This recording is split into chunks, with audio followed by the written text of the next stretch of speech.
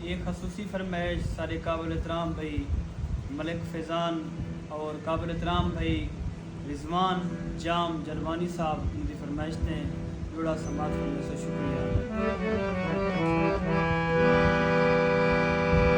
हो तू कौन ही वे ऐसा कौन ही से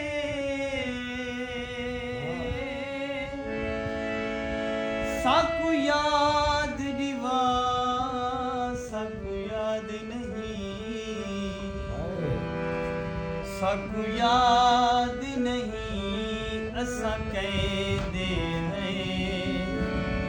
साडा है कोई भाषा को याद नहीं होई हो याद है पेर पजल गया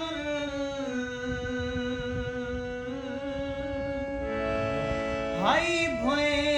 या भाषा को याद नहीं साडी सोच कुश तरिना यज़मा सचिया